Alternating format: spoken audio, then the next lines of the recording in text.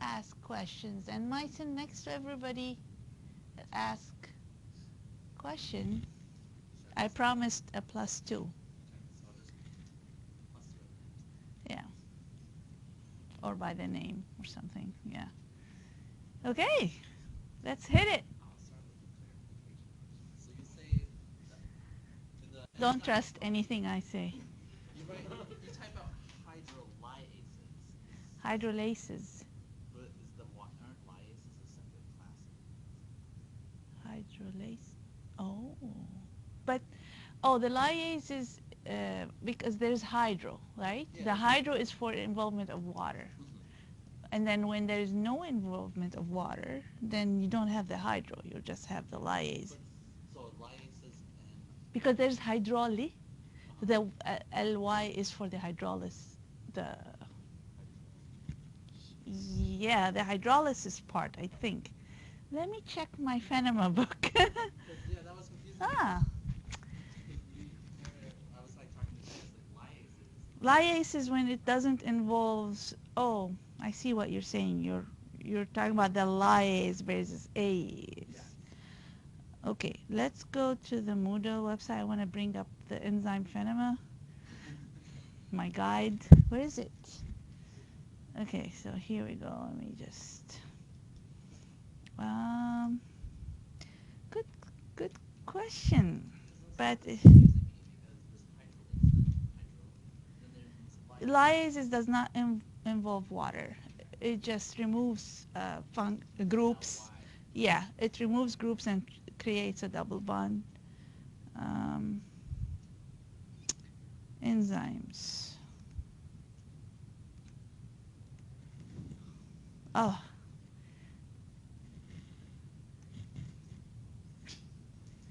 I won't be able to see it that way.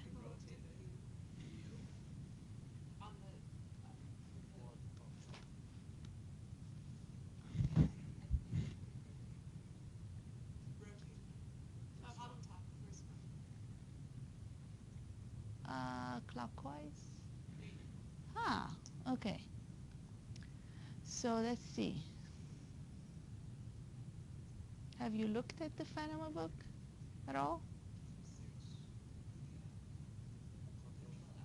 Oh, hydrolases, yes. It doesn't have a Y. It would be my typo then. Hydrolases doesn't have Y. Lyases. Lyases have a Y.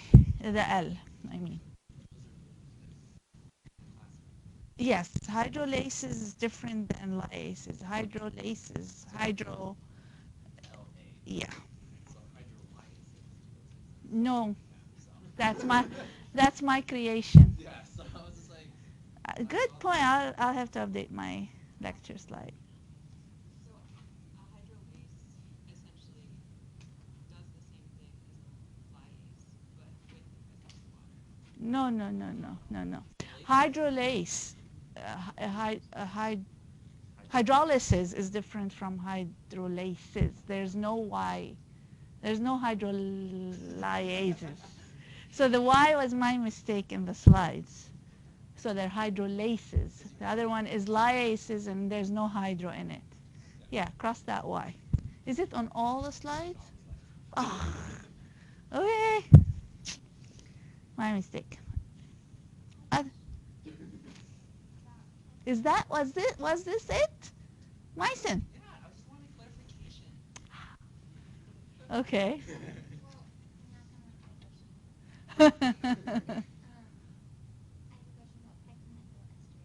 Mm-hmm. So that's an enzyme that's used to clarify things. Orange juice. Or make a haze. Pectinases are used to. Pectin methyl esterases is just removes the ester, the methyl ester. And when you remove the methyl ester, if you have calcium, you enhance the gelation properties of pectin. Okay. So, but if the pectin methyl esterases are present in juice, they can actually, if you have calcium in your juice, they can form big polymers in sediment. And that's why you have a pulp separation sometimes in orange juice. So you want to inactivate them, especially if you have a pulp-rich orange juice, you don't want to have that separation. So you don't want the methyl esterases or the pectinases to be present anyway too.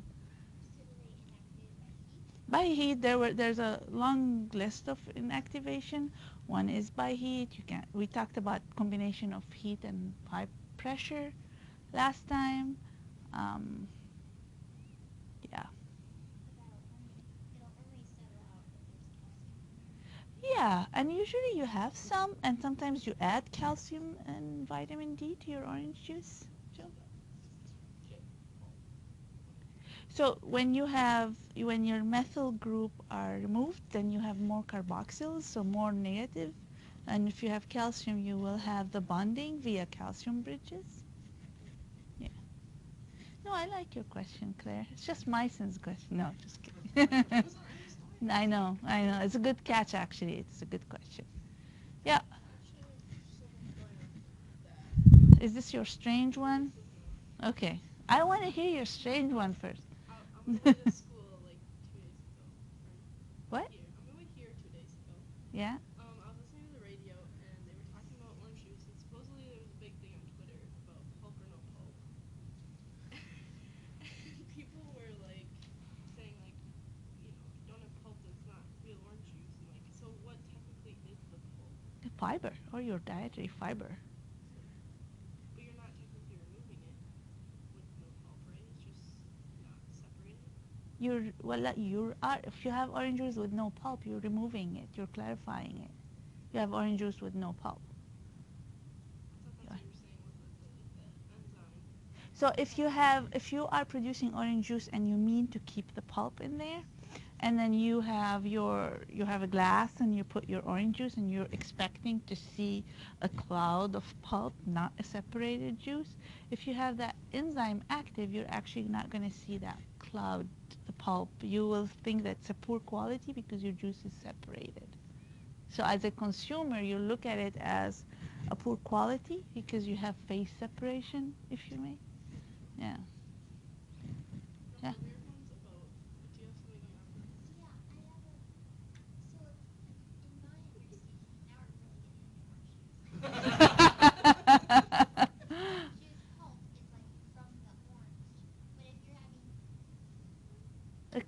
An orange juice is if you can either have a clarified orange juice or an orange juice with the pulp. but I feel like when you have pulp separation, that's like the pulp is coming out that way. In my opinion, pectin is so small. So what's okay, now I am confused. What well the pulp is a kind of a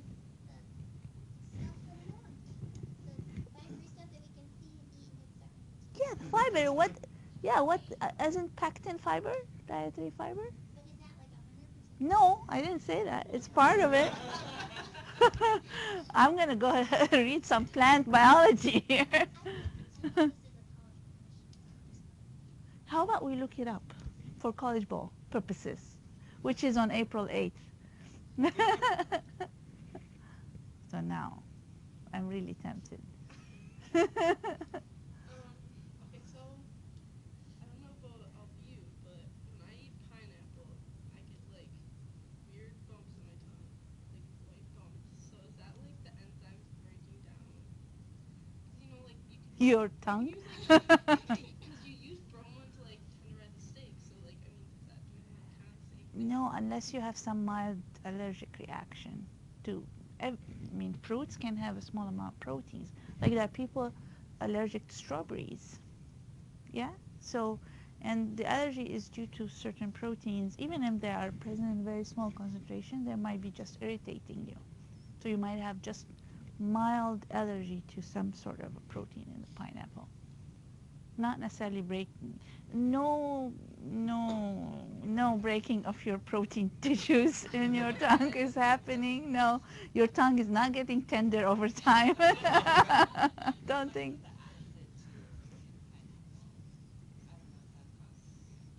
Yeah, but you eat. I mean, there are acids in different other types of fruits as well. Won't be. necessarily. If you're having these bumps, it could be a mild reaction, not your tongue decomposing. Tingle or I know they hurt. Like I have one right now. It's like going away, but that's No, my thought. I think you should be tested for food allergies. That's cool. So oranges, pineapple. Any I'll tell you protein this related some question? other day. I'm sorry, I don't mean to like laugh. That really stinks. That was entertaining. Well, let me put the question sign up. Hold on, I really like that slide. Hold on. Okay. Okay, I have a clarification question or two. Okay, cool.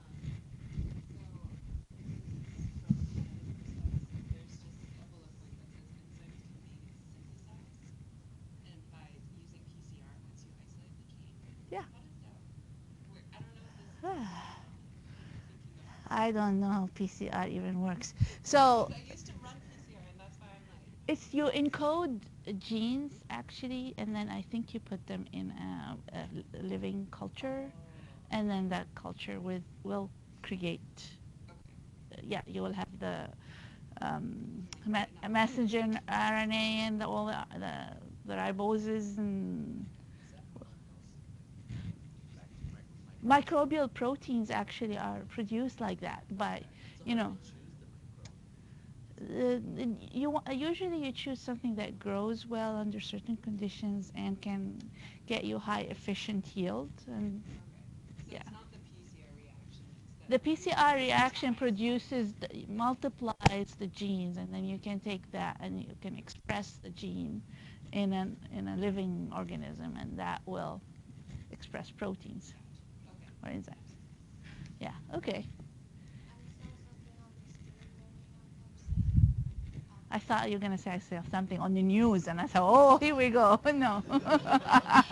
No, so like distinguishing neutral and acidic proteases. Did we ever talk about acidic proteases? Neutral and acidic proteases Yeah, on the. yeah, on the daily learning. No, we I didn't just, talk about I neutral just and like acidic. wonder what that is.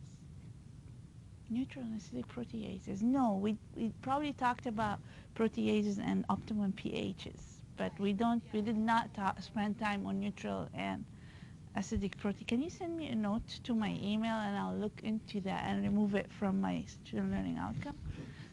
What am I doing? Okay. Just ask questions. Don't just criticize. No, I mean, I'm not going to put this up anymore. Okay. Yeah. Question regarding you talk about non-competitive inhibitor better than competitive inhibitor in stopping a reaction rate or a medium. Does that occur for everything, In general, because the competitive inhibitor, if you have high amount of substrate in the reaction, competitive inhibition won't have that much of an effect. The reaction will still continue because competitive inhibition is affected by how much concentration of substrate you have. The other one, the non-competitive inhibition, is not impacted by that. It will just act on the inhibitor, on the enzyme, regardless of the. It's not impact. It's not binding to the active site. and Well, that's the first scientific questions I if got. it's uncompetitive inhibitor, if it's uncompetitive, you won't you'll be still going the same. The uncompetitive is different mechanism. It binds only to the substrate and the enzyme complex. So the substrate and enzyme, you must form ES, and then it binds to it. Yeah. Good. you said the action if you do the technique you just drop something, I did not get that. Yeah, when we talk about cereal proteins, I'll dive more into that. So the gluten forming proteins, you've seen a dough before, right? So the dough is elastic, so you can extend it and you can reshape it. So the strength of the dough is how elastic is the dough. The more elastic it is, the stronger it is. So the more polymers are formed, so the more the gluten-forming proteins are formed strong matrix due to a lot of polymerization, and you have a very, very elastic dough. And sometimes you have this one type of flour and you just want to use it for something that does not require that much of a strength. You don't want that much of elasticity, so you want to break down the gluten proteins a little bit so that they're not that strong. So you reduce the elasticity a little bit.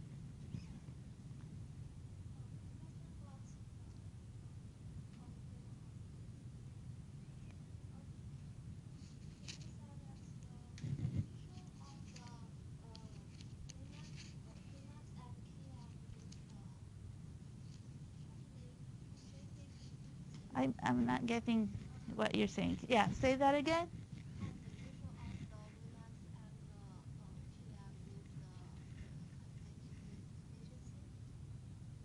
Catalytic efficiency, yes. What's catalytic efficiency?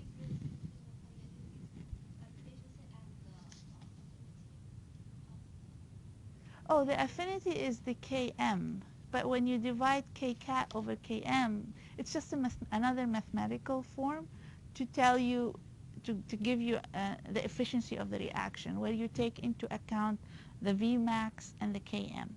So you take both into account. Sometimes you can see that the rate is high, but Km is high too. But for one enzyme, you have the same Vmax, but Km is low. So if you take into account the Km, one will look more efficient than another. One reaction will be more efficient than the other. So the Vmax, it only relates once you form the enzyme substrate complex, how fast the reaction progresses after the ES is formed.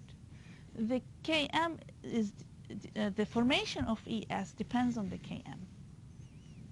Yeah.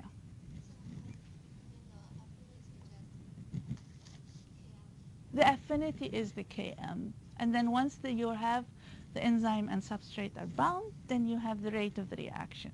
So the rate proceeds after you form the complex. Yeah. Okay. Yes, ES to EP that's the rate of the reaction that you usually monitor. Everybody asked their question? Any other orange juice questions? Okay. But no, seriously, they're all good questions. I have to do two things, go back to student learning outcome. And I don't know what, I don't even know what I meant by neutral and acidic protease. And then go back to my slide and correct like, okay, now I think I like this slide. I'm going to put it every time. Now. Ah. Depends. If it's an orange juice question or pineapple question, maybe not.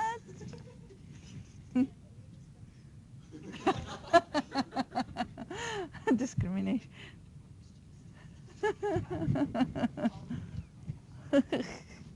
I didn't want to know what the pulp is made up of right now. Okay. So we barely started with the dairy protein last time. I just added this one slide here. We talked about the different common protein ingredients and emerging protein ingredients.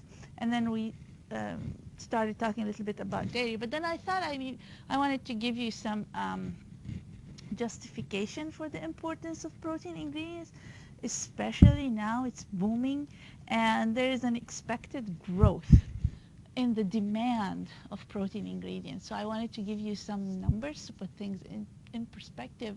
So it is estimated or expected that the demand will grow to 4.6 million tons globally by 2020.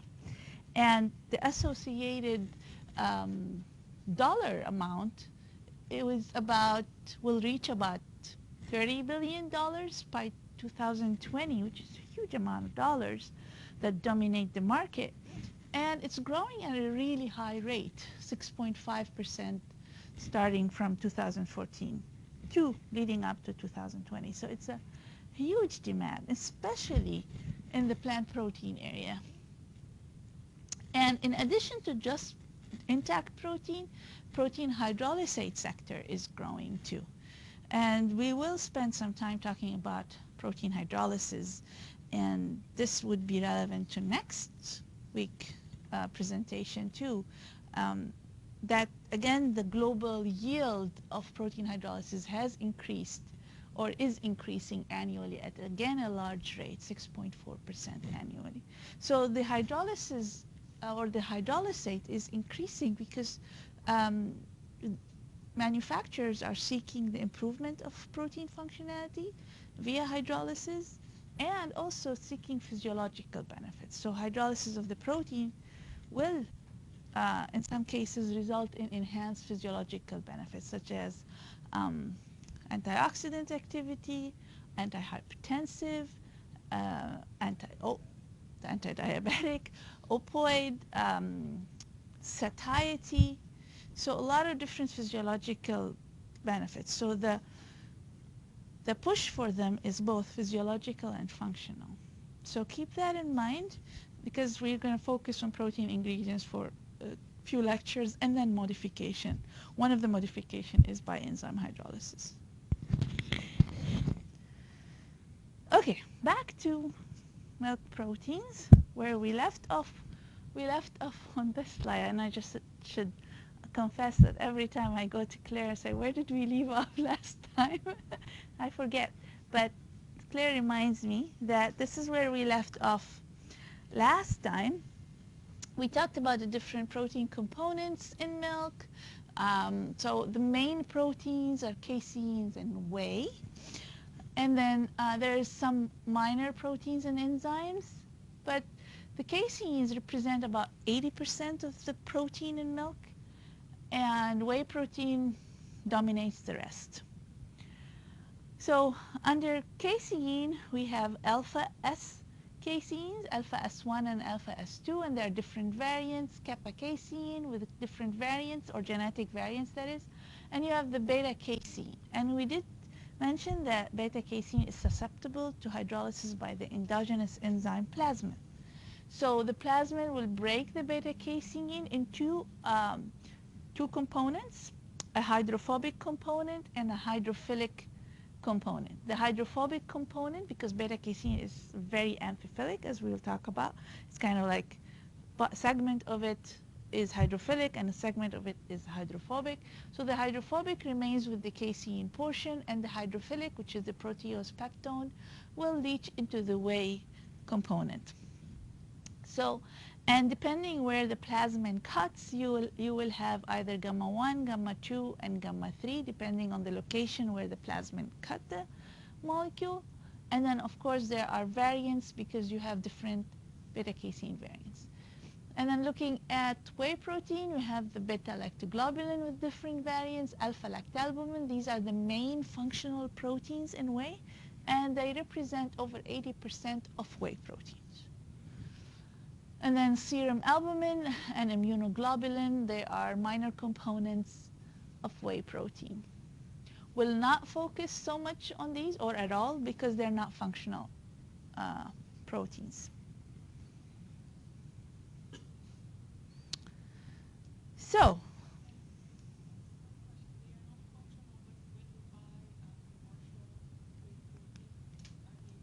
yeah, so it depends on the whey protein commercial product that you buy. If it's a membrane produced versus ion exchange produced, you will have different composition. You'll always have them to a certain extent, but they might be concentrated in one product more than the other based on the production. Yeah. Yeah. So talk about casein proteins. So we'll talk about the chemistry of it, and then after we dissect the chemistry of the protein, we'll talk about some functionality. So the casein proteins, they are not just one type of protein like I mentioned on the previous slide, that you have the 4 different proteins, alpha S1, alpha S2, beta, and kappa casein. Now, looking at main differences, the alpha S1, S2, and beta, they are phosphorylated. Remember we talked about phosphorylation in the initial lectures when we talked basic structure? It's a post-translation modification. So it happens during the production of the milk. So post-translational modification that result in the OH groups of a serine or threonine getting phosphorylated or glycosylated. In this case, it's mostly serine amino acid that have the OH group that gets phosphorylated, or that means a phosphate group gets attached to the serine residue. So it takes the place of the OH or the H.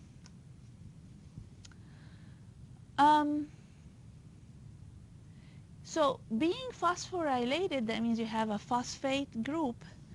You will have those negative charges that allows them to bind to calcium. This is an important phenomena. For one, it impacts the stability of the casein micelle. We'll talk about that. And it will cause the caseins to be subject to precipitation by calcium in the presence of calcium.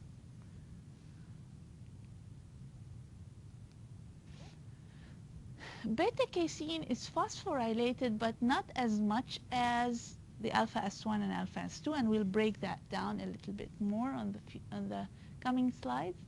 And it's the most hydrophobic casein among the 4 caseins. Like I said, because they are phosphorylated, so the more the phosphorylation, the more calcium sensitivity. So beta casein is the least calcium sensitive. Kappa casein is not calcium sensitive at all because it's not phosphorylated, it's actually glycosylated. So it's not impacted by calcium concentration. Again, the glycosylation is a post-translational modification on the H groups, OH groups of serine and threonine. So this is kind of a program-generated structure of the casein because it's really hard to crystallize proteins. It's not an easy task to do that. So, so this kind of like an image that generated based on what we know about the sequence and the composition of the protein. So you can see here it's an open structure. It's not a globular structure because of the presence of a proline, which is secondary structure breaker. So you don't see a lot of secondary structure, and it's an open, flexible structure. You don't see much of a secondary or a tertiary structure. It's highly amphipathic or in nature. That means it has distinct hydrophobic and hydrophilic clusters on the surface. I mean, because you have really large surface, which makes them what? What? They're soluble depending on the pH of the system. But what these characteristics makes them what? Yeah. So we call them natural emulsifiers. So they're natural emulsifiers because they have exposed, so high surface activity basically, because they have exposed hydrophobic and hydrophilic regions that makes them surface active.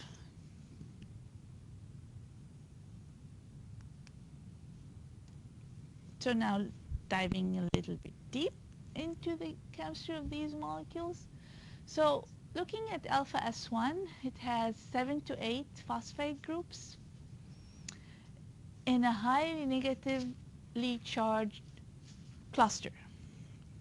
So to simplify things, I have this animation of the casein, alpha S1 casein. So the white regions are hydrophobic regions. The regions that are, what do you call this region? Striped. right region, that's negatively charged or charged region, and this region that is gray is a polar region but doesn't carry a charge. So the distinct hydrophobic regions, you have those residues 1 to 40 from the N terminal to the C terminal.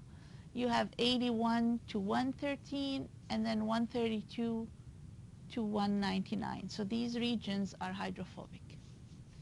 And then here in the middle, 41 to 80, you have the very charged region. Not just charged because of the amino acid composition, it's charged because of the phosphate groups. So here where you have most of the phosphorylation.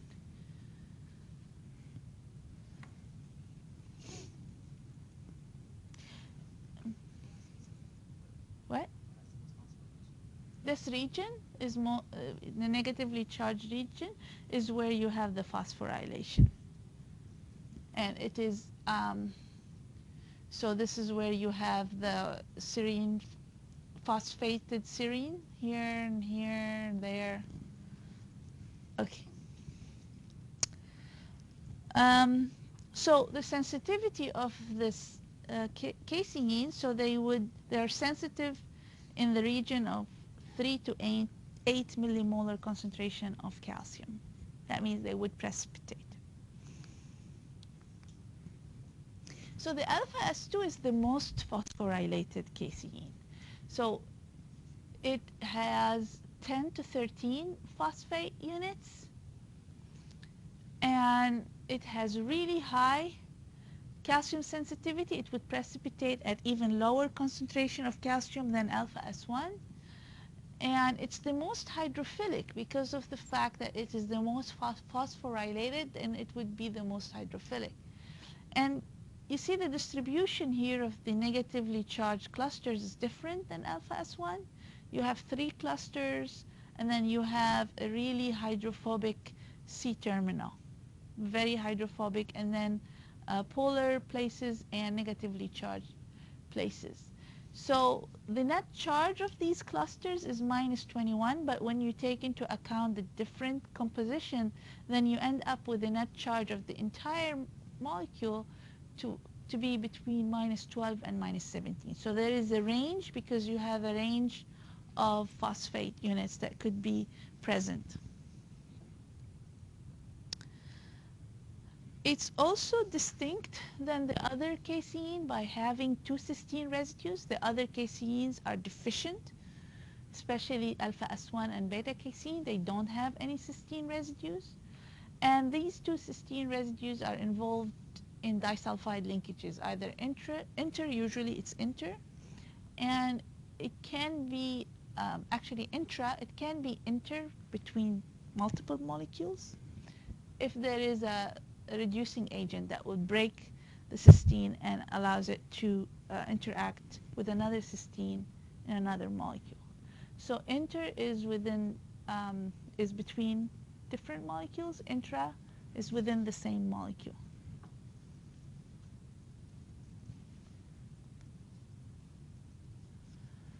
So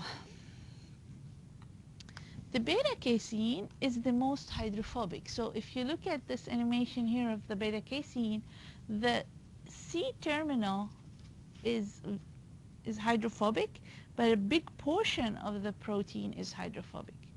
The N terminal is hydrophilic and has a net negative charge of minus 11. And the beta casein, like I said, is broken down by plasmin, and there are 3 sites where the plasmin can break, and plasmin is has specificity to lysine and arginine. So when they see lysine, they can break. So that's why you have 3 sites of possible breakage. And that's why you have the alpha 1, 2, and 3 different hydrophobic regions that can be released. And then the remaining would be mostly hydrophilic, and it's the proteose peptone, and that's the protein or peptide that remains with the whey, and that portion remains with the casein. It is a very amphipathic or amphiphilic molecule compared to the rest because of the fact that it is really divided, hydrophilic, hydrophobic. Whereas here, for example, you have different, you don't have a clear cut of hydrophilic and hydrophobic like you have here. So it's the most, I would say, is the most amphiphilic of the caseins. Has a random structure because of the high proline content. More than 35 amino acids in the entire molecule are proline. Yep. Okay. So kappa casein has a very important role in stabilization of the casein micelle, and we'll talk more about that. It is also highly amphiphilic, but it kind of is the opposite to beta casein. The N-terminal is hydrophobic, and the C-terminal is hydrophilic. And it has a net negative charge of -11, and the hydrophilicity of the C-terminal is mostly due to the glycosylation. So it's a glycosylated protein. And this portion is your glycomacropeptide, and this portion is usually called para-kappa casein. So, for example, when chymosin, or the rennet enzyme, acts on kappa casein, it breaks off somewhere here, so you wind up having a glycomacropeptide, and which goes into the whey fraction of the cheese. And then you have the para-kappa casein, which remains with the curd.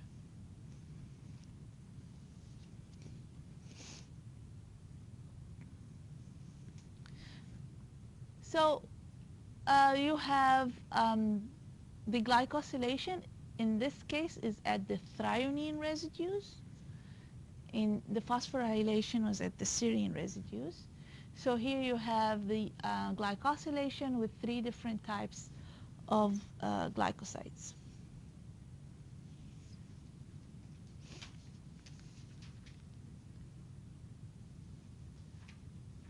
Yep. So this is kind of a summary of how they differ in charges and location of hydrophilic and charged clusters and hydrophobic clusters. And also this is the number of amino acids per one molecule. So here you have the net charges, and here you have the amino acid number. And the kappa casein has 1 phosphosyryl group and up to 3 carbohydrate units. And the charge with that becomes -14 net charge. So, any questions about the different molecules? So those different proteins, they form quaternary structures. So they are not present as monomers in milk.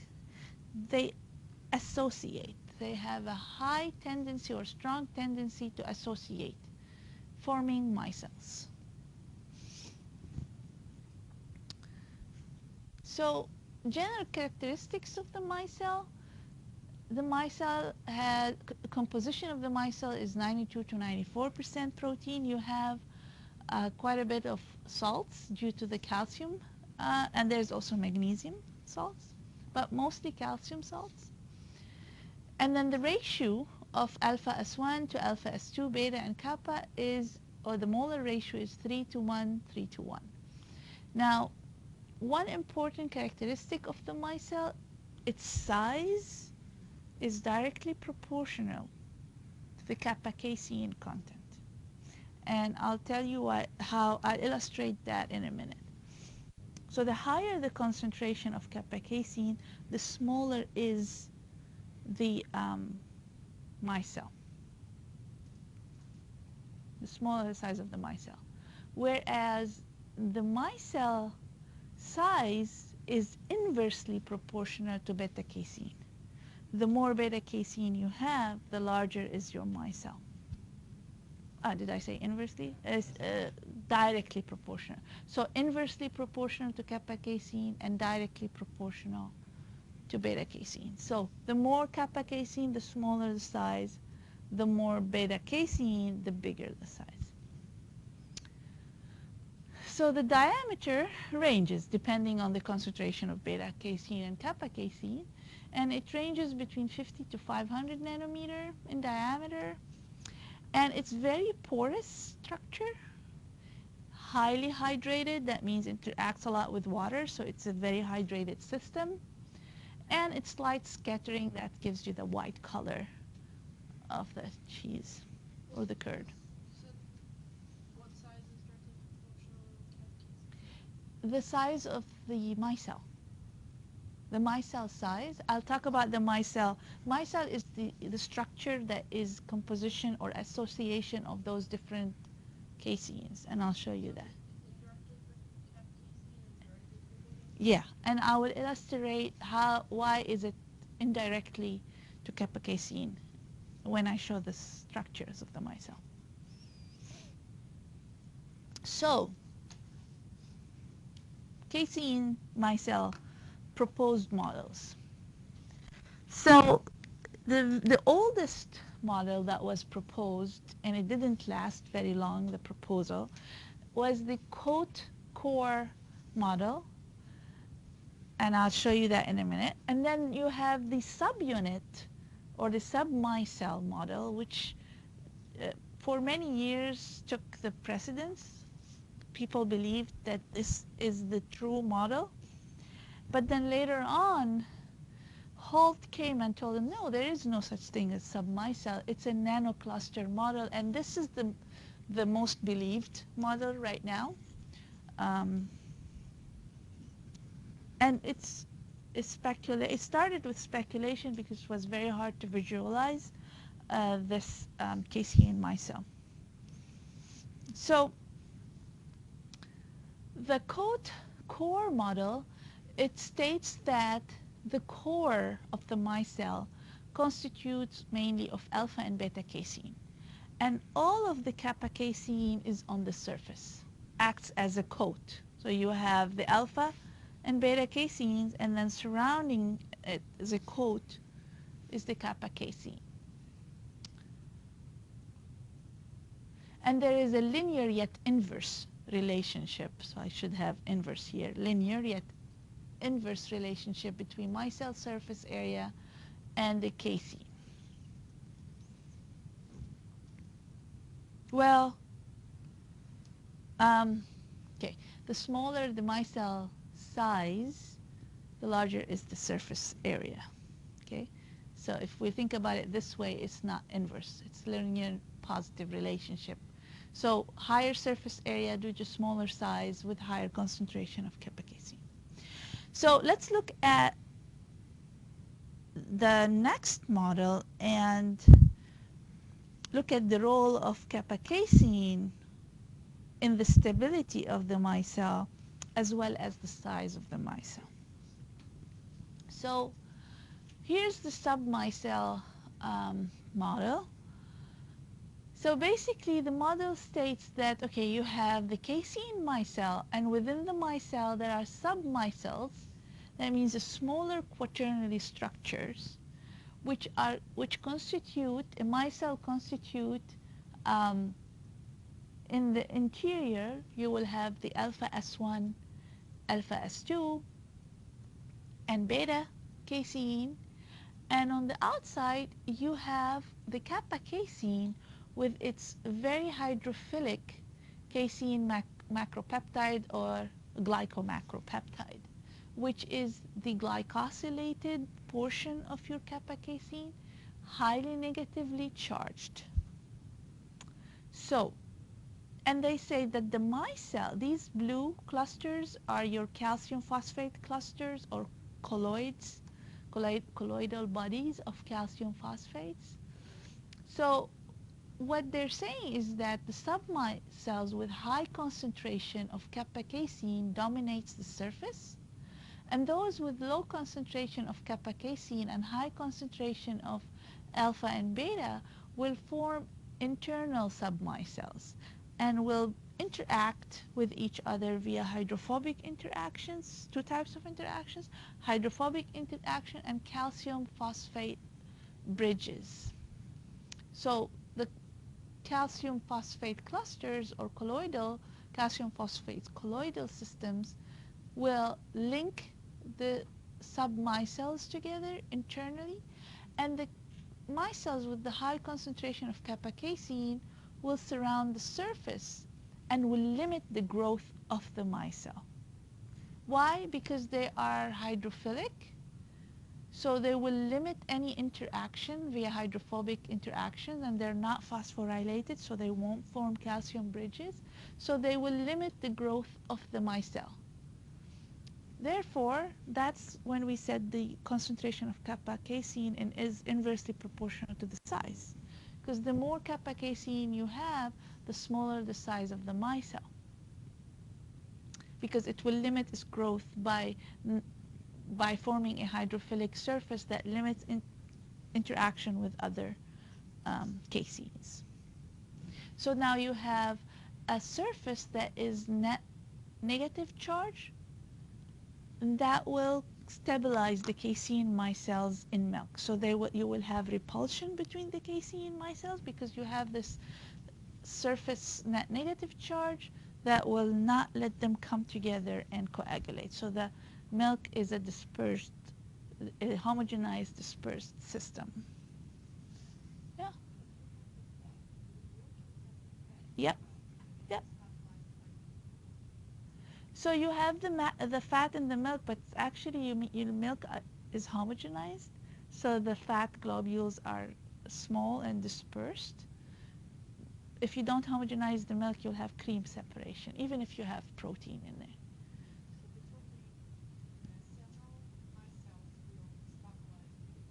Yes, yes. Several of the micelles will help in the stabilization of the and then you have the phospholipids too as well.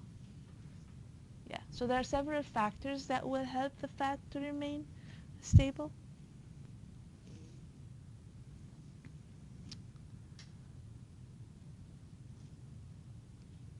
So the origin of believing in this submicelle, so they kind of proposed it and believed in it by looking at this electron micrograph, and they saw, oh, so look at these dots here.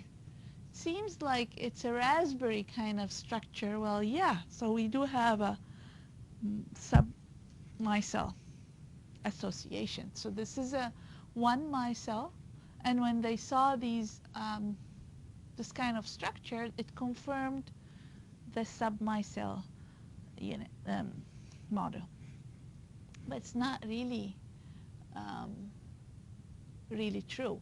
We'll see other microscopy that will show you that actually the calcium colloidal bodies is what probably causing these spots.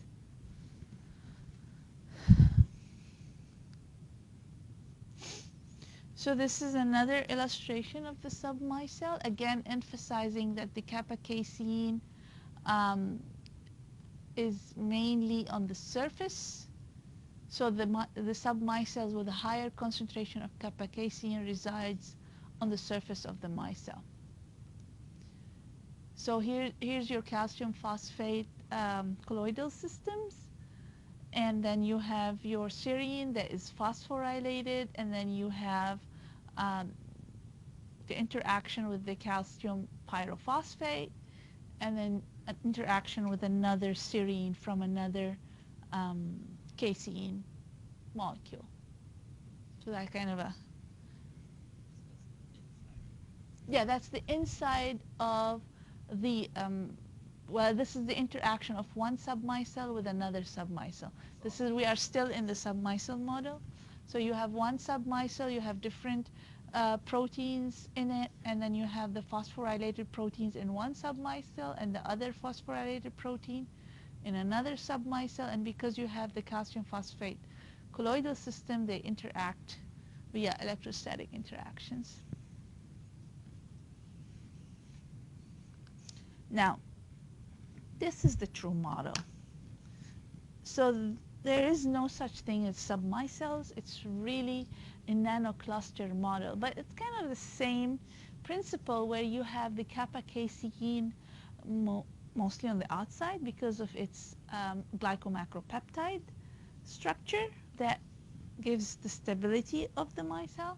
And then within the micelle itself, there is a random distribution of alpha S1, S2, and beta casein. And those dots here is your calcium phosphate nanocluster, actually, that aids in the interaction between the different caseins.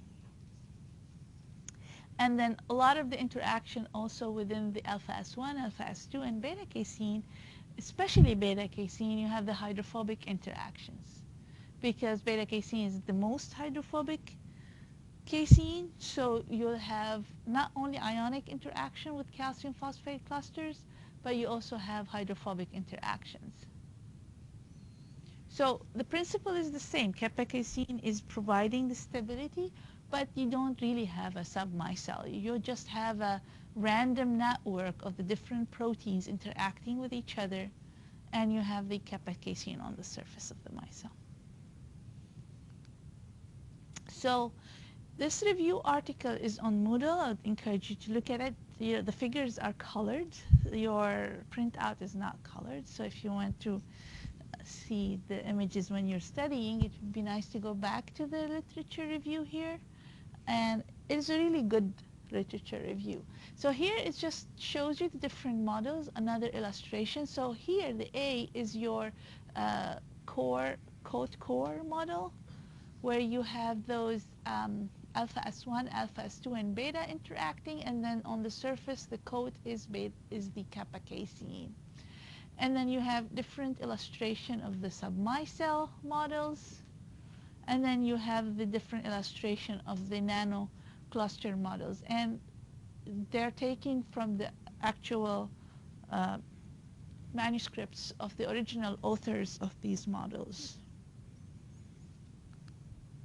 Here's a cryotransmission electron microscopy that shows you the confirms kind of a nanostructure model. And then these dots, the dark dots, is your calcium colloid, calcium phosphate colloid, or colloidal bodies.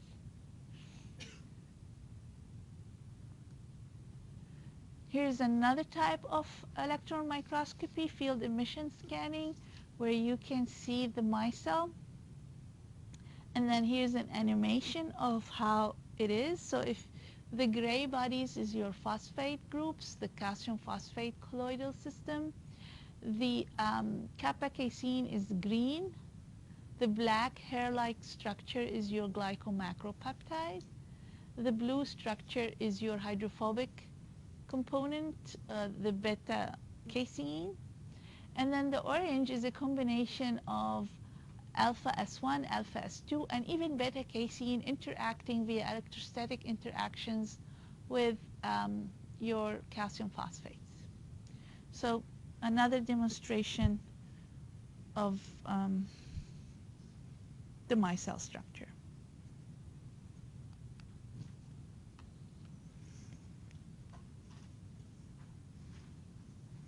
Great. So when you're talking about keeping stability, most people just say that's the cap casein that's providing like the steric repulsion. So would you more specifically say it's the glycomacropeptide then? Yes. So the glycomacropeptide of the kappa casein was providing.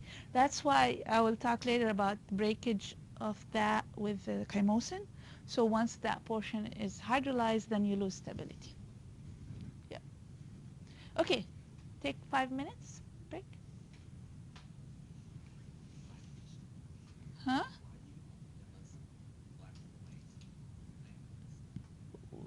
Black and white what? Oh, because if you want to print it out, do you want me to put the colored one on Moodle? Because like, if, I mean, for some, most of the time, if you print, it's gonna be black and white regardless.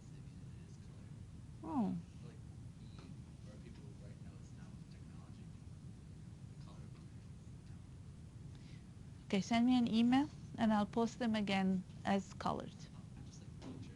Yeah, it's fine. I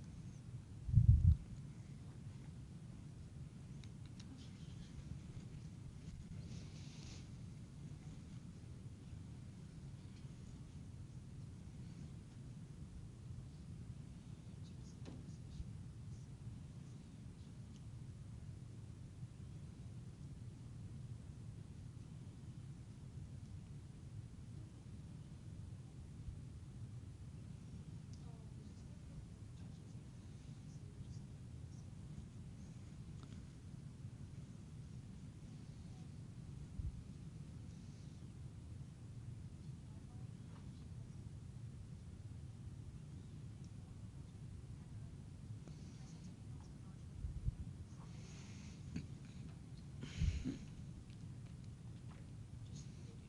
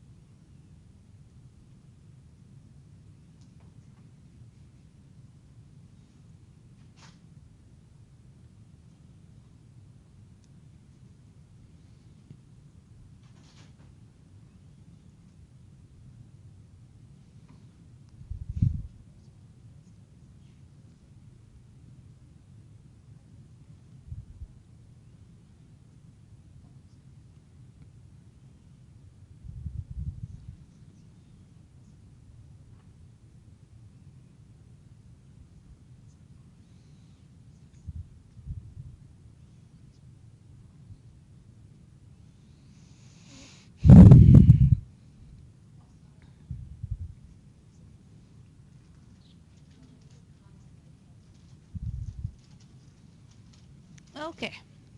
Are you guys ready to continue talking about casein micelles and how wonderful they are. Okay, let's continue. So, heat stability of the casein micelle. So, in general, they're really stable to heat because they don't really have any much of a secondary structure or a tertiary structure. So they are very stable compared to whey protein, and you can actually heat it up to 140 degrees for up to 20 minutes before you can start seeing coagulation.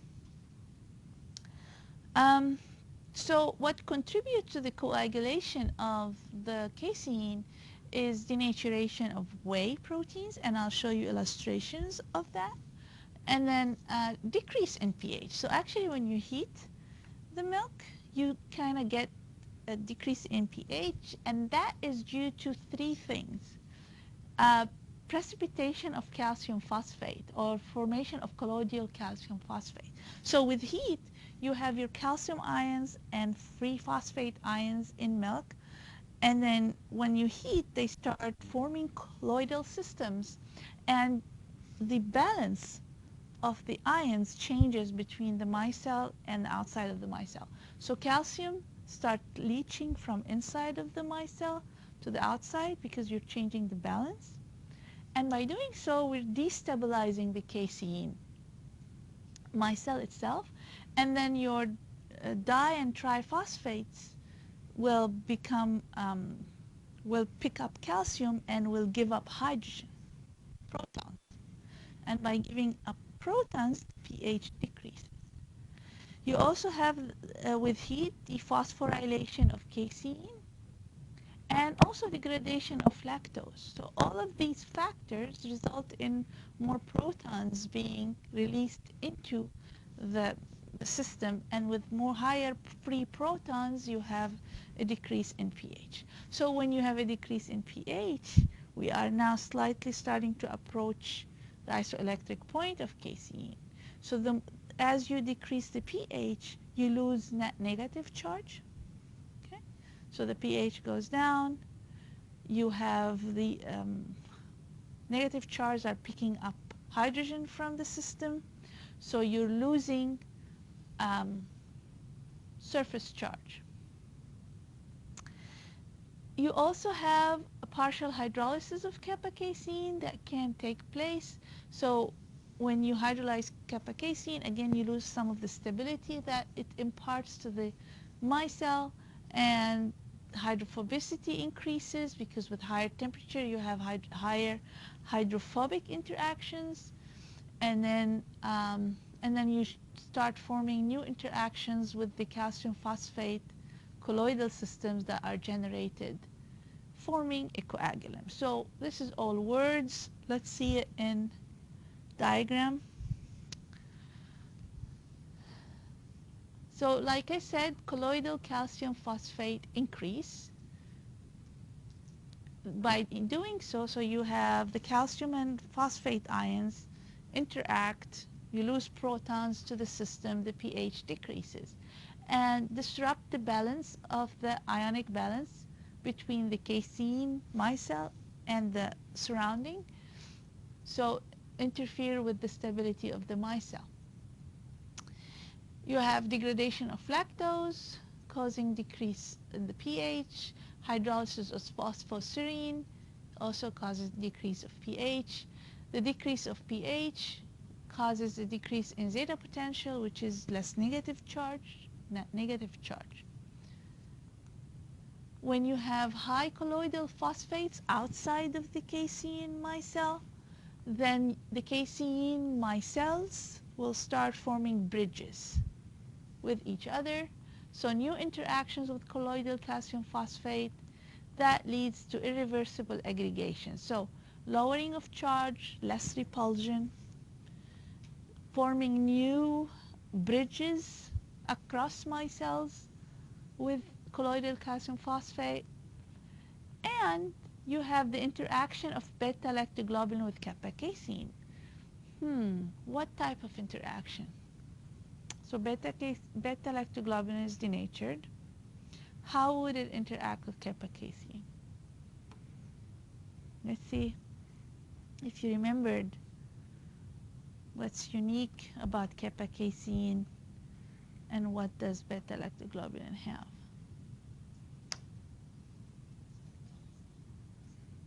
Hmm? Hmm?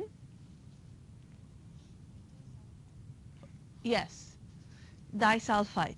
So beta-lactoglobulin has a free sulfider group. When it's denatured, it's exposed. And the kappa casein has one SS linkages, remember? So presence of a free sulfide group will promote reduction. So the SS linkage in kappa casein will be reduced, and then new disulfide interchange is going to happen between the molecules. So you have aggregation, contributing to further aggregation of the casein. And of course, with high heat, you have stronger hydrophobic interactions.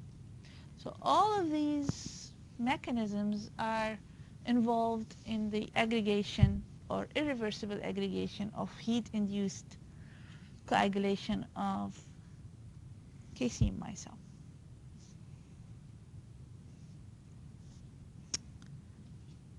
All right. Do you like my diagram? So proud of it. Okay. You know, I like praise from time to time. What's that? No, that I took it with a grain of salt. All right. So acid stability. So here we have a coagulation induced by lowering pH to 4.6, which is the isoelectric point of casein. So that's most typical in yogurt formation or fermentation of yogurt. So you have the lactic acid bacteria, right? What is it? Not Bulgaricus, right? All right. So that one, what it does, it eats up lactose and converts it to lactic acid, and the lactic acid accumulation will drop the pH to the isoelectric point of the casein. So your net negative charge is lowered, so that means that the potential is lowered. You would have no more repulsion between the caseins, and the casein will come together and aggregate via hydrophobic interactions. And you have really not a real fusion between the caseins. That's why you don't have syneresis. You kind of form a gel, entrapping the water in this mechanism, and you form your yogurt, which is a very soft form of gel, but really minimum syneresis occurs. Enzyme stability, and that goes back to Alex's question, is what's causing the stability of the micelle? It's really the glycomacropeptide that is doing that. And then when we hydrolyze with enzyme, you end up chopping off the glycomacropeptide, so the casein micelle loses the net charge on the surface. So then there is nothing to limit interactions with the different hydrophobic proteins, as well as when, you know, in most cheese production you add calcium to enhance curd formation. So the calcium added to the milk will enhance interactions of the proteins, not only via hydrophobic interactions, then you also form calcium bridges with the colloidal calcium phosphates that's already in the casein micelle. So in this case, the casein coagulate and aggregate. That means they fuse together, and there's a syneresis where the whey is separated from the curd.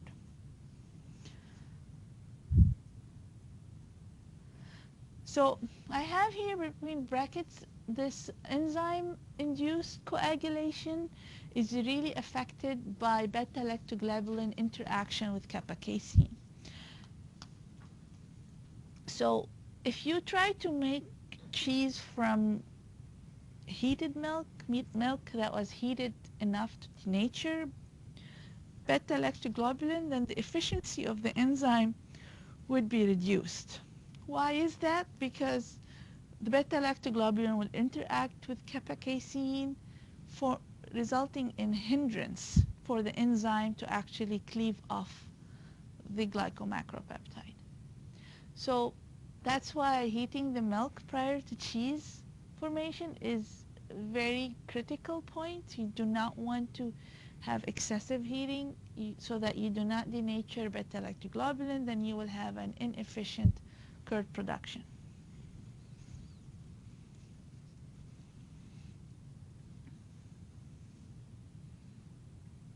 Okay. So here you have an illustration of the different things we talked about. So here you have your micelles, which are intact. So you have these dotted lines illustrating repulsion between the micelles. So they're stable, they're not interacting, they're dispersed in your milk. Here, what you can see is your kappa glycomacropeptide has been cleaved off by enzyme. So now there's nothing, there's no dotted line, so there's nothing limiting two casein micelles from interacting with each other via hydrophobic interactions. So they come together, interact via hydrophobic interactions. You have the phosphate groups as well, so they can form calcium bridges as well. Here is an acid-induced aggregation where your glycomacropeptide collapsed. That means it's no longer negatively charged. So again, there is no repulsion. And here is the impact of having beta-lactoglobulin interacting with the, or binding to the kappa-casein, which can keep them soluble. However, if heated, it will induce or promote aggregation.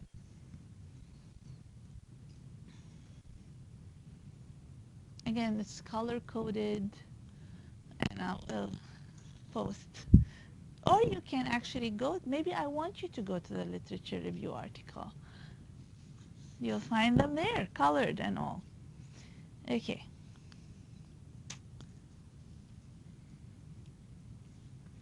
So storage stability of the casein micelle, let's say in a milk system. So there's a phenomenon called age gelation. So as you leave the milk for an extended period of time, over a week of its expiry date. Can I just ask a question about the heat stability? Yeah.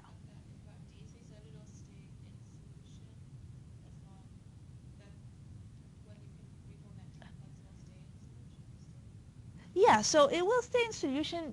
Well, the protein, whey protein is denatured, but not necessarily the heat was not enough to cause changes in the micelle itself. But once you overheat the system, then you will have further aggregation. Yeah. Yeah. So, yeah, so if you leave your milk about a week past the expiration date, it won't necessarily kill you if you drink the milk, but you're going to look at it and you go, oh, there's some stuff in there that are solid and precipitated. So that's basically your casein over time has gelled. So what happens over time is you have, your milk has been pasteurized, so the milk is sitting there, whey proteins are denatured, whey protein is interacting with the kappa-casein. You also have the pH drops over time too, then you end up having loss of charge. And in addition to that, you have the plasmin, which is thermally stable and can survive pasteurization, is continuously chewing your beta-casein specifically, and then causing a thinning effect, and then a precipitation and gelation effect. So that's why your milk looks odd, but not and sour, but not necessarily. You're not gonna get sick from it unless it's probably 1 month old. Yeah, the thinning, you start by thinning because the enzyme is chopping and breaking down the casein micelle. So you start seeing a thinner layer, and then it's kind of a phase separation. So it thins and then precipitate. Whatever gets chopped will coagulate and precipitate.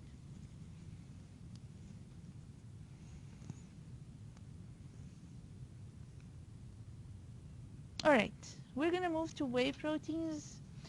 Any questions on casein? All right. Now we'll talk a little bit about whey protein, and then we'll talk about functionality and give you a few application examples. Production and application examples. So whey proteins, like I said, represent 20% of the total milk protein, and the main functional proteins that we're going to focus on are alpha-lactalbumin and beta-lactoglobulin. So the beta-lactoglobulin specifically exists in molecular dispersion. That means it can be either a monomer, a dimer, or an octamer. An octamer, that means 8 units. And this is a pH dependent. So we'll talk about that in a minute, but when the pH is closer to the isoelectric point, they start to kind of associate a little bit. You start having less repulsion. But there are still soluble dispersion of the protein. Okay. So this is alpha-lactalbumin. You have a lot of alpha helixes as secondary structure, and a small portion is beta sheet. It has 8 cysteine residues involved in SS linkages. So all of the cysteine residues form disulfide linkages. They're a very compact protein. Beta-lactoglobulin is also a compact protein. It has 5 cysteine residues. So you have here disulfide linkage and here disulfide linkage. So this is 4 cysteine residues, and then 1 free cysteine residue. That is in the interior moiety of the protein. That's why when it's denatured, this is exposed and can be reactive. So it's highly structured. That means there's a very ordered secondary structure, and you can see a clear globular structure. Minimum flexibility because of the SS linkages keeps the protein kind of rigid form, unlike casein. There is an open structure form. So alpha-lactalbumin denatures at low temperature, around 63 degrees C on average, and beta-lactoglobulin denatures at 73 degrees C. Looking at these structures, and from what you remember from the first exam material, why beta-lactoglobulin denatures at higher temperature than alpha-lact? It has more beta sheet, so beta sheet are more thermally stable than alpha helixes.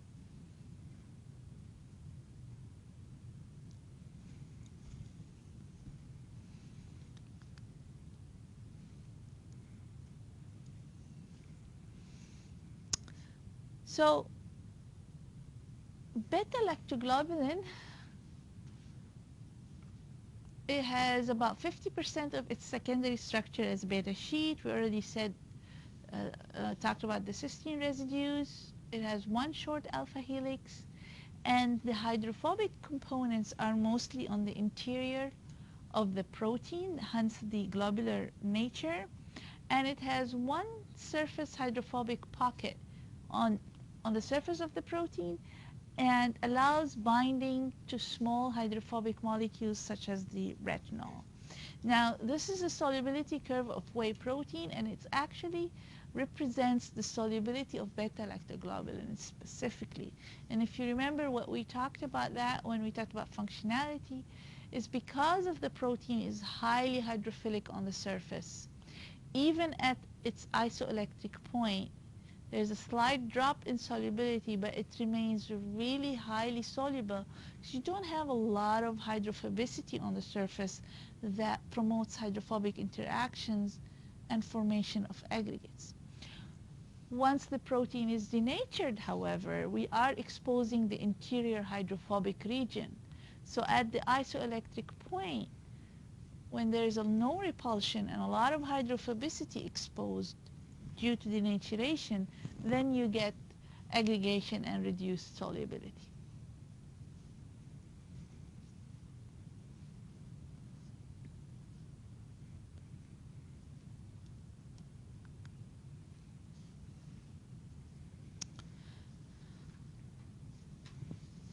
So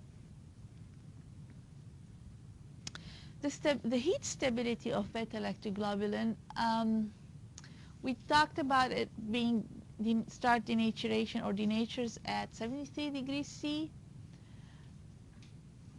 When it's denatured, it forms disulfide linkages with itself, with other beta-casein, with other beta-lactoglobulin, and with kappa-casein, promoting age gelation of the casein, slowing down enzymatic hydrolysis by chymosin. So it has two different effects. The heat stability is pH dependent. So when the protein is least charged, close to its isoelectric point, it's most sensitive. It denatures at even lower temperature than 73 degrees C. When it's when it is charged, it's most stable. However, when pH increases a lot, increase in pH actually result in denaturation itself because we're breaking electrostatic interaction within the molecule. So heat along with high pH will speed up denaturation. If we're just looking at pH, it's stable down to pH 2.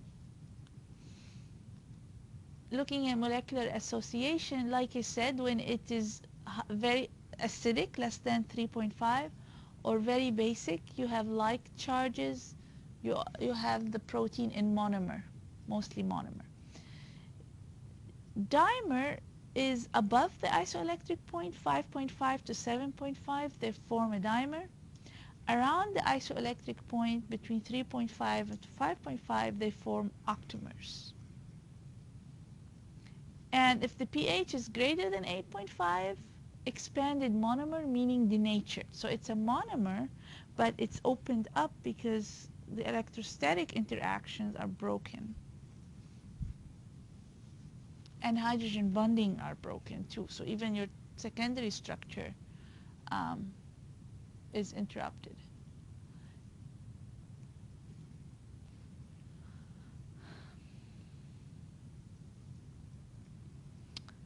Alpha-lactalbumin, so we said it has mostly alpha helices, so you have 4 and then 1 beta sheet, 8 cysteine residues. It's again a compact globular structure.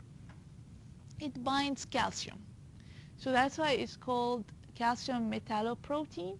And binding calcium makes it more thermally stable. If you remove the bound calcium, it becomes even more thermally unstable.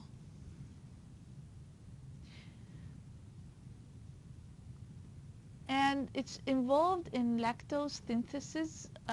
It regulates the enzyme that is needed for lactose synthesis. That's a physiological contribution.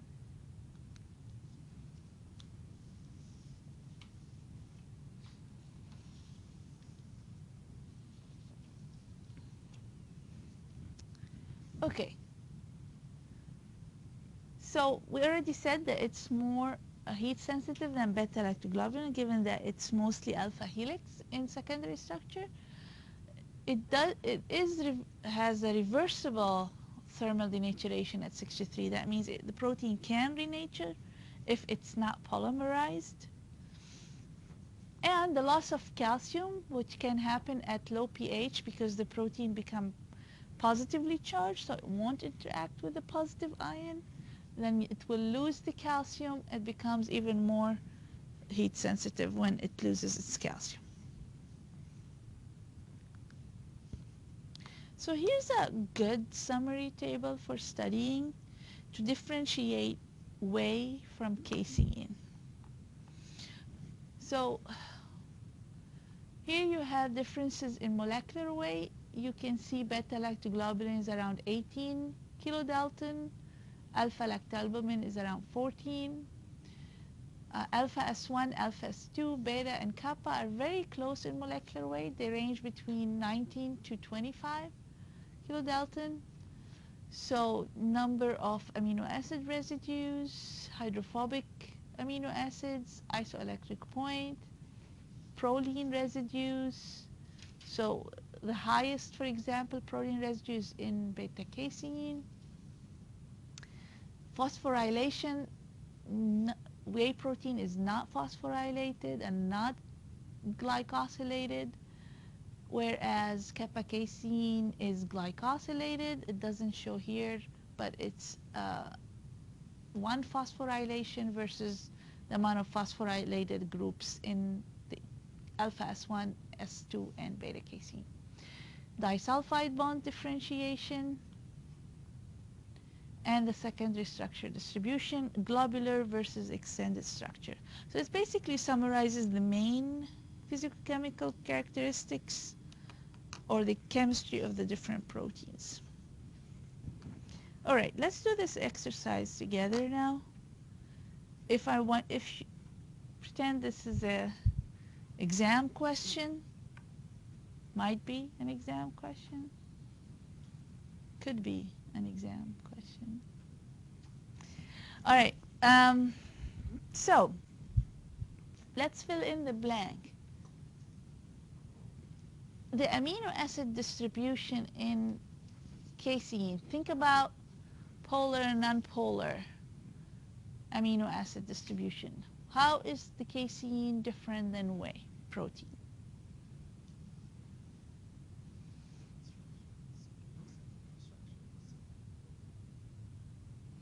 Think about only hydrophobic groups distribution. How is the distribution of hydrophobic groups in casein versus whey protein?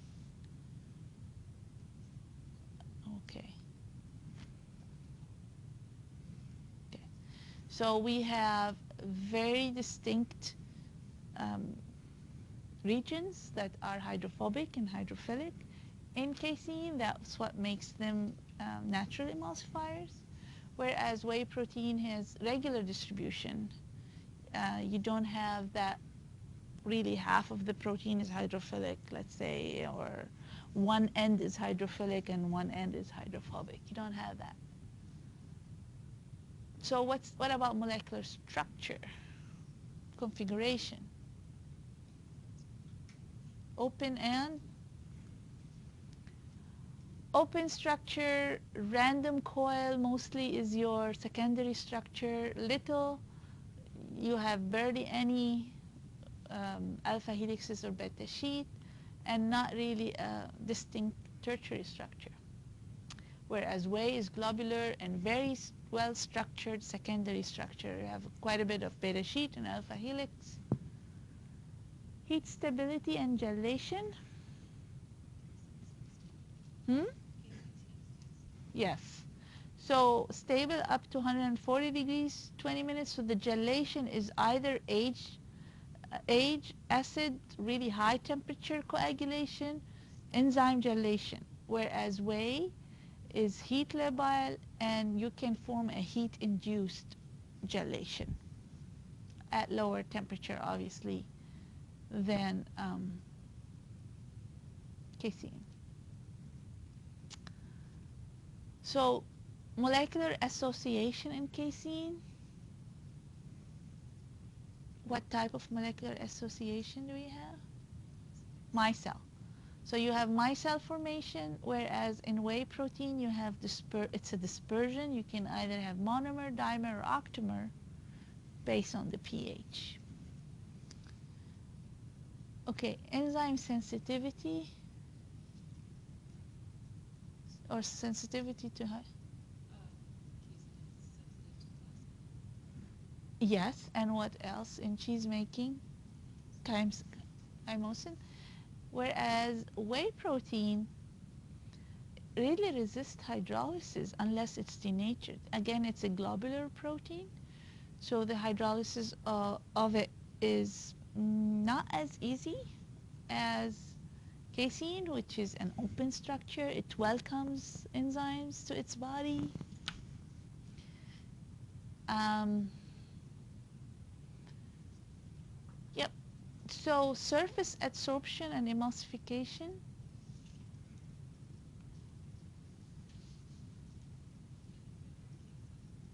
Yes. Flexible, open structure, high surface adsorption, and low surface adsorption in native form when nothing has been done to whey protein.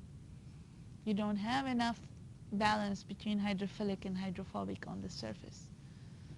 Solubility? Hmm?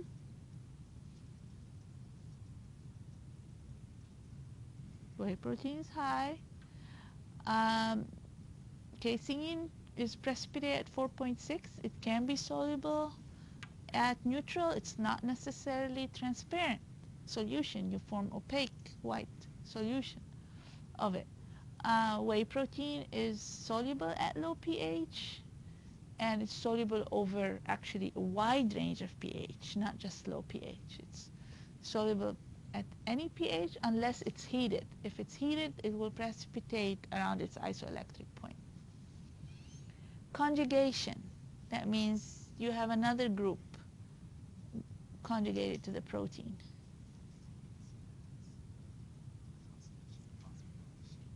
What about whey? Has nothing. Sulfur residues, rich, poor. Whey is rich, casein is not. So you have methionine, only you have about 0.8% of sulfur, mainly methionine, and only 1 SS in kappa casein and 1 SS linkage in alpha S2. However, whey is really rich in sulfur groups up to 1.7%. All right, so you got this all? Yeah. Expect to be able to differentiate these proteins, and later I'll ask you to differentiate dairy protein from plant protein. I will ask you, how is soy different than dairy? So this is something you want to think about: structure, function, application later. Structure, function, application. All right. So now we talked about structure and chemistry of the different proteins and characteristics of them, of dairy proteins. Let's talk about functional properties. And from what we studied earlier, what are the main molecular characteristics that impact functionality you can think of? We talked about few. Yeah, amino acid distribution. Yes. So that will impart the surface activity of the protein. It will impact its structure. It will impact its structure and surface activity, and therefore functionality. What else? Ability to interact with water. So the hydration. Ability to interact with water dictates how soluble the protein is, how well it can form a gel, and also if it's not soluble, it will not even emulsify for you or foam or anything. So hydration, ability to interact with water, and interacting with huh? What were you going to say? Yeah, well, interacting with other components, yep. But if we're just thinking about the protein itself, protein-protein interactions. ability of the protein to interact with another protein molecule. Sometimes you don't want that interaction. You want the protein to remain in solution and not form any gel or aggregate or nothing. Sometimes you want protein-protein interaction to form a strong film around an oil or around an air bubble. So, or sometimes you want protein-water-protein interaction to form a gel. So here you are.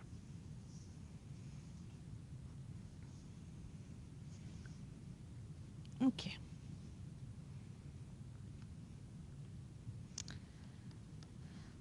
So emulsification properties of caseins. So usually there are our standards when we are looking at emulsification capacity or stability. We tend to use casein as our reference because it's really highly surface active, again because of its amphiphilic nature, its open structure, its balance of hydrophobic to hydrophilic exposure. So because of it being very surface active, it can readily adsorb at the interface and reduce surface tension. So it can readily go up to the interface between fat and oil, oil and water. And then it's very flexible, so it can unfold, rearrange, and start forming a 2D film aggregate.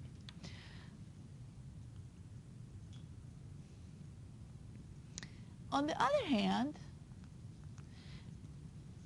beta-lactoglobulin, one of the functional proteins in a way, is not as powerful emulsifier because in native state it has very low surface activity. It's very hydrophilic, very low hydrophobicity on the surface. So at low pH it's compact, it's rigid, meaning it's not flexible protein. If the pH, however, is close to the isoelectric point, you are reducing the surface charge, then adsorption at the interface can be enhanced. If the protein is denatured, which I don't have it here, then you open up the protein and then you start having a little bit better balance in the surface function. So you have the hydrophobicity and hydrophilicity exposed. You can also enhance emulsification properties without necessarily using a lot of denaturation or heat, is by reducing disulfide linkages. If we reduce the disulfide linkages, also the rigidity of the structure will be reduced. The protein becomes more flexible because it is rigid because of the disulfide linkages, making it compact. If we break them, then the protein has more flexibility to unfold and rearrange at the interface.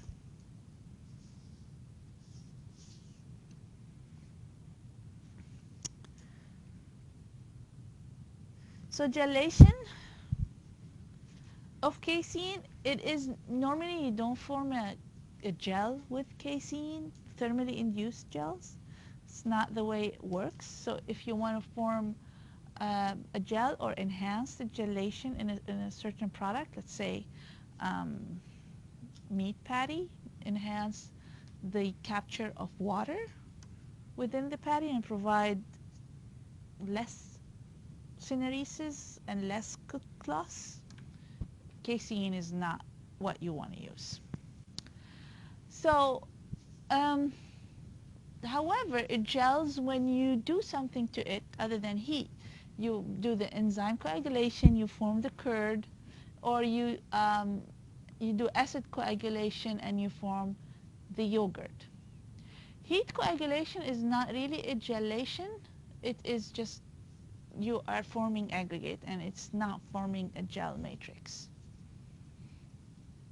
And age gelation, we talked about that as well. So caseins are not used in food applications for their gelation functionality. So gelation of beta-lactoglobulin, on the other hand, you can form a gel with whey protein. especially thermally induced gels. So, thermally induced gels are influenced by the pH of the system.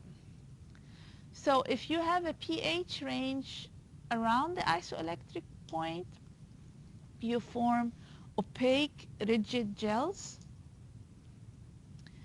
If the pH is lower than the isoelectric point, lower than 4 and slightly higher than 6, you form gels, but they're more transparent and elastic gels. If the pH is too high, you don't form a gel, obviously, because you have all net negative charge. If you are heating at around the isoelectric point, gelation will start around 15 to 30 degrees before denaturation onset. Why? Because you have less repulsion. So you don't necessarily need to denature the protein excessively to have it form protein-protein interactions. However, if you have a lot of charge, you need to heat to a higher temperature to induce denaturation. Because when you have a lot of charge, then there's a lot of repulsion, so you want to make sure that the protein is completely denatured, so you heat until the protein is denatured so they have enough hydrophobicity that allows protein-protein interactions.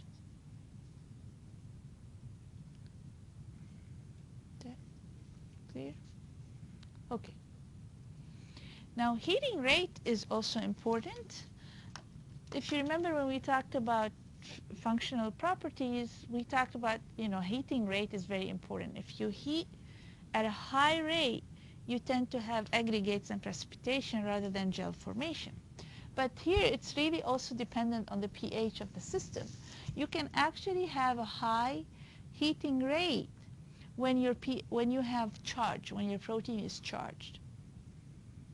However, if your protein is not charged, you really cannot heat at really high rate, because then your protein will form protein-protein interactions fast, aggregate, and not hold water. So your rate must be really slow, the heating rate.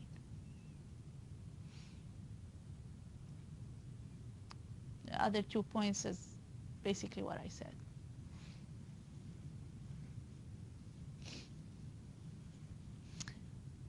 So also the presence of salt, or the ionic strength, is important for gelation.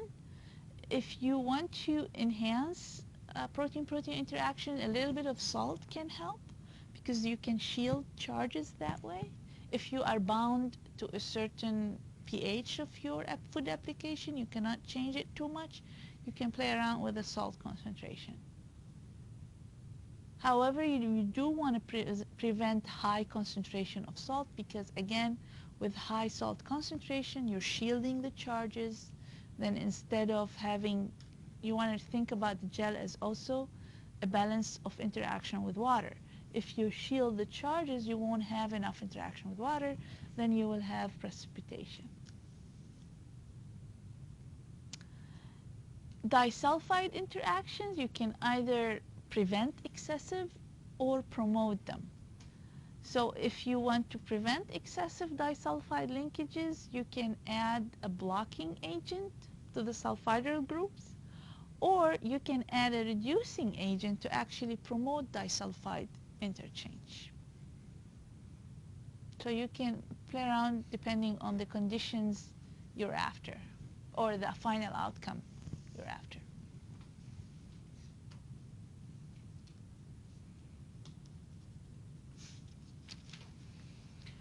Protein concentration is an important factor. So if we are around the isoelectric point, then low protein concentration at a very low heat rate, you can get a gel formed. But if you have low or higher pH, higher than around the isoelectric point, again, it depends on the formulation and the pH of the system, then you need at least 5 to 10% protein. So if you're formulating at pH 7, you need at least 5% protein to form a gel. And sometimes you don't form a gel at 5% protein. Often it's about 10 to 15% protein is what is needed to form a strong gel. Here we go again. It has to happen. So production of the different protein ingredients or dairy protein ingredients, how are they produced? So there are so many different ways and streams that you can use to get to a final product. So if you start with skim milk, always you want to remove that fat, and you can either go the pH route where you separate. What you do is you lower the pH, and then you precipitate the casein, and then you have a acid casein and an acid whey. The acid casein will be neutralized. You can use sodium hydroxide or calcium hydroxide to neutralize the caseins, and then you will form caseinate ingredients, sodium caseinate or calcium caseinate. And they have different characteristics and different functionality. A lot of the whey that gets processed into whey protein ingredients come from rennet casein. You produce the cheese production maybe. Produce the cheese, you have excess whey. It's a byproduct of cheese production. The excess whey is processed. So here you have 3 different processes. You have ultrafiltration coupled with diafiltration. So if you remember, or if you don't remember, go back to the protein separation slide where it shows that ultrafiltration will retain proteins but will allow lactose, salts, and water to pass. So your retentate is whey protein. Diafiltration is often coupled. By diafiltration, what it means is you add more water to wash the retentate, and you continue with the wash. You do several washes so that you can remove more salts and lactose, so that you're concentrating the protein in the retentate. So here, so the ultrafiltration, diafiltration, you can produce whey protein concentrate or whey protein isolate. So the more you do diafiltration, the more you repeat the washes, you can concentrate it more. So you will have higher concentration, it becomes an isolate. And then whey protein concentrate can go up to 80%, but you have 35%, 50%, 80% whey protein concentrates.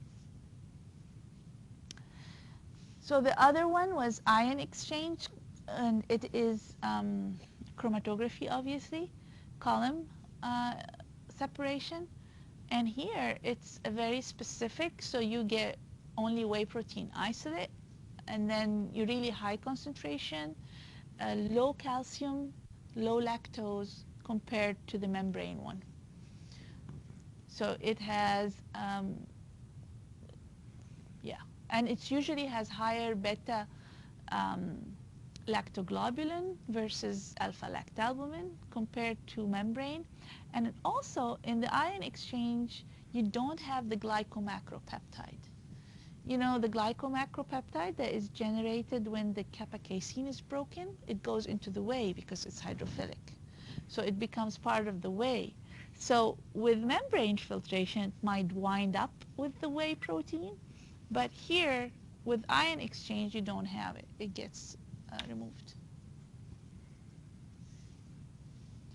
So you can take that whey protein and form a coagulum, really. It's called lactalbumin.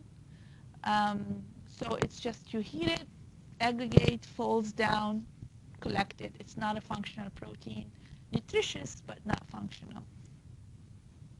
Because it's denatured, it's polymerized, it's just nothing.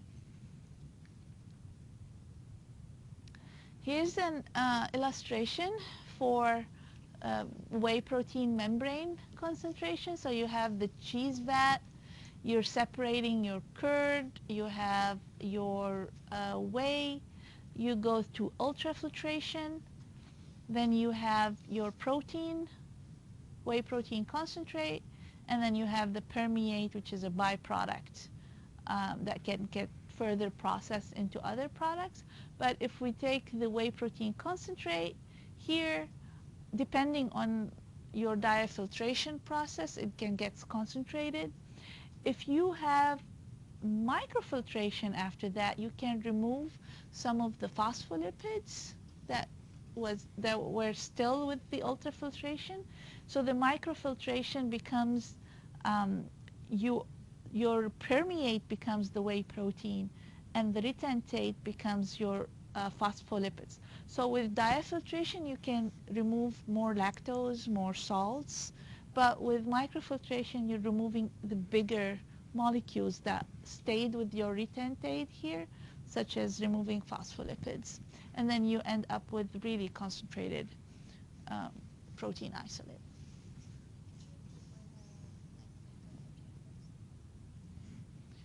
The glycomacropeptide remains with the whey here because, and it stays with the retentate here, and also it goes with the permeate here. So it follows the whey protein, basically.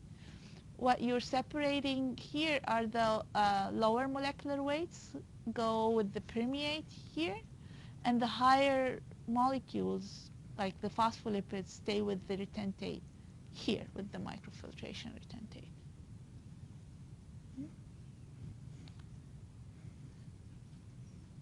I'm really behind. But I'll stop here. I should be done with dairy proteins last 2 weeks. Yeah, don't look at the class schedule. I'm way behind. Okay, I get carried away. All right, we'll continue next time. Come with questions, criticism, whatever. Orange juice, pineapple. Tongue, tongue. What do you call it? Tongue. What happens to your tongue? You have bumps?